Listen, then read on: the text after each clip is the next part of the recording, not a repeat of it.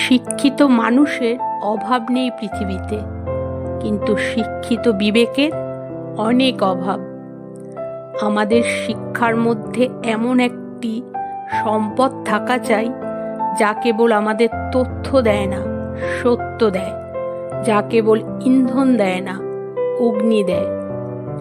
অধার্মিকতার দ্বারা মানুষ উন্নতি লাভ করে, যা কাঙ্ক্ষিত দেখায় তা লাভ করে, শত্রুদের জয় করে, কিন্তু মূলে বিনষ্ট হয়।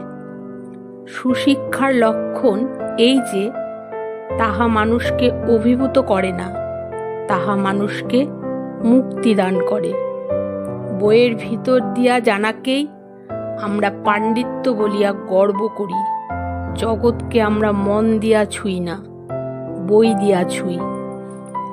সেই পাওয়াতেই মানুষের মন আনন্দিত, যে পাওয়ার সঙ্গে না পাওয়া জড়িত হয়ে আছে। লোকের যখন ধর্মজ্ঞান সহসা বিশেষ প্রবল হইয়া ওঠে, তখন কোনো যুক্তি তাহার কাছে খাটে না। তুমি যদি কাউকে ভালোবাসো, তবে তাকে ছেড়ে দাও।